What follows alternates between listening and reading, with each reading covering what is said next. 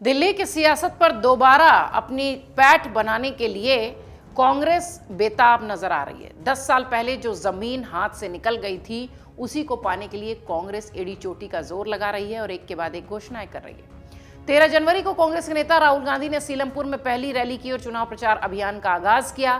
पहली रैली में ही राहुल ने अपने 21 मिनट के संबोधन में जिस अंदाज में प्रधानमंत्री मोदी और भारतीय जनता पार्टी पर निशाना साधा, उसी अंदाज में, उसी तेवर में आम आदमी पार्टी और केजरीवाल पर भी आक्रामक नजर आए। राहुल गांधी ने दोनों ही पार्टी और उनके नेताओं को दलित और ओबीसी विरोधी कटघरे में खड़ा कर दिया।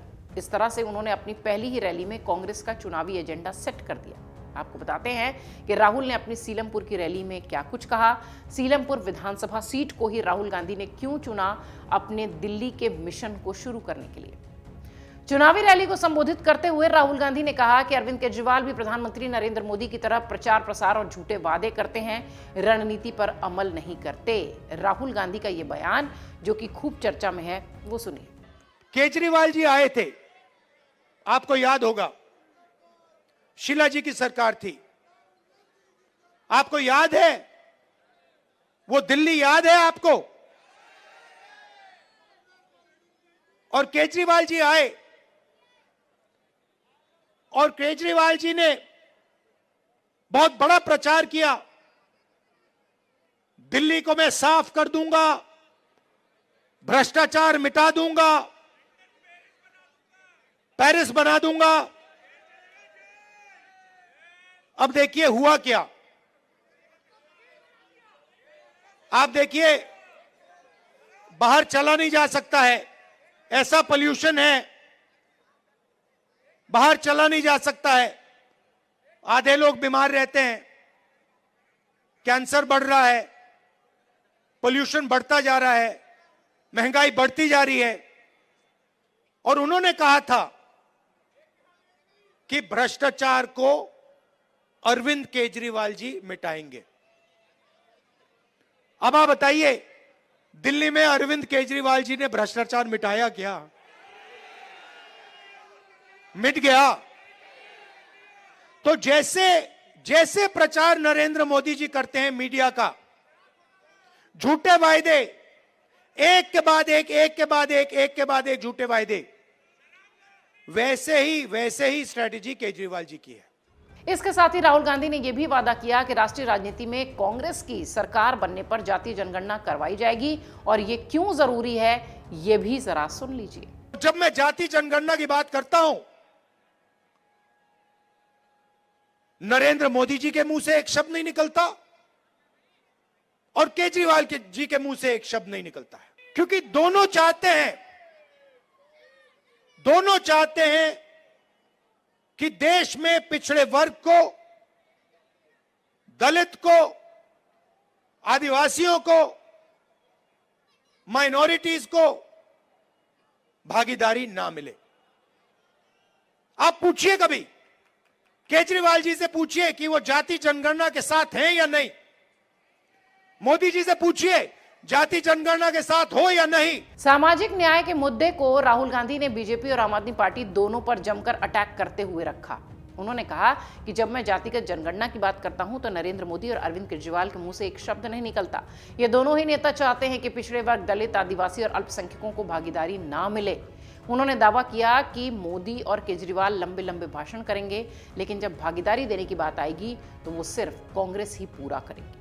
आम आदमी पार्टी पर निशाना साधते हुए राहुल गांधी ने कहा कि अरविंद केजरीवाल सार्वजनिक रूप से कहें कि वो आरक्षण की सीमा बढ़ाना चाहते हैं और जातिगत जनगणना करवाना चाहते हैं। राहुल ने कहा कि दिल्ली में हमारी सरकार आएगी तो हम राष्ट्रीय राजधानी में जातिगत जनगणना करवाएंगे, ये क्रांतिकारी काम होगा। देश में सरकार आएगी तो हम पूरे देश में ये काम करेंगे। इस तरह से राहुल गांधी ने अरविंद केजरीवाल और पीएम मोदी को दलित विरोधी, ओबीसी विरोधी और एक तरीके से कह लीजिए कि इस तबके के विरोध में खड़ा हुआ बताया और ओबीसी विरोधी के कटघरे में इन दोनों को खड़ा कर दिया। दिल्ली में कांग्रेस ने जय बापू, जय भीम, जय संविधान के नाम पर रैली रखी थी, जिसके नाम से ही सियासी एजेंडा साफ हो गया।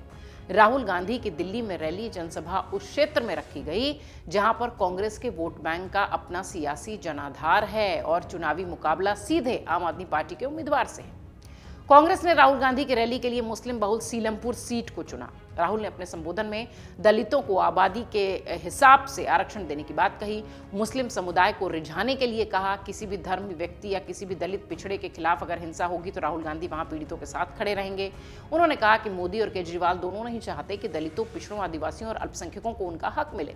सिर्फ कांग्रेस ही सम्मान, भागीदारी और संविधान की रक्षा के लिए लगातार आवाज उठा रही है। आप सभी दिल्ली वासियों को इस फर्क को समझना चाहिए। यह कहना था राहुल गांधी का। राहुल बीजेपी और संघ पर भी हमलावर रहे। कांग्रेस का गढ़ रहे मुस्लिम बहुल सीलमपुर में चुनावी रैली करते हुए राहुल गांधी ने बीजेपी और आरएसएस पर ही सबसे ज्यादा निशाना साधा।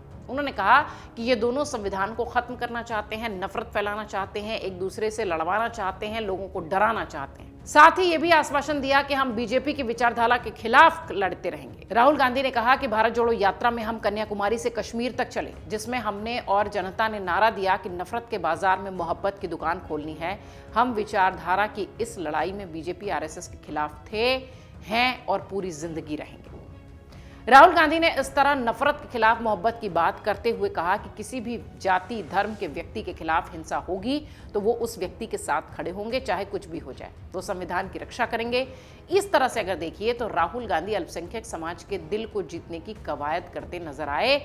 दिल्ली में एक समय मुस्लिम कांग्रेस का कोर वोट बैंक हुआ करती थी, ये भी आपको समझना होगा, जिसे कि अरविंद केजरीवाल के साथ साथ अगर देखा जाए तो आम आदमी पार्टी के उभरने के साथ साथ कांग्रेस का वोट बैंक कम होता चला गया।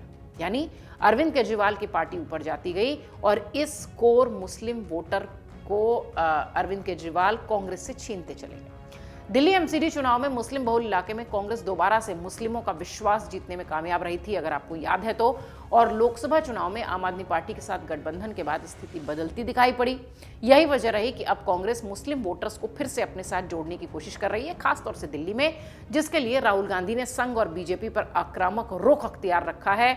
और उनका एजेंडा भी, उनकी पार्टी का एजेंडा भी क्लियर हो चुका है। और राहुल गांधी को यह पता है कि अगर ये वोटर्स अपने हिस्से करने हैं तो अरविंद केजरीवाल को, बीजेपी को, संघ को, तीनों को कोसना जरूरी होगा। और वो अपनी रैली में यही करते हुए दिखाई पड़े। अमर उजाला जीवांजलि के सारथी की मदद लें और महाकुंभ में स्नान जरूर करें।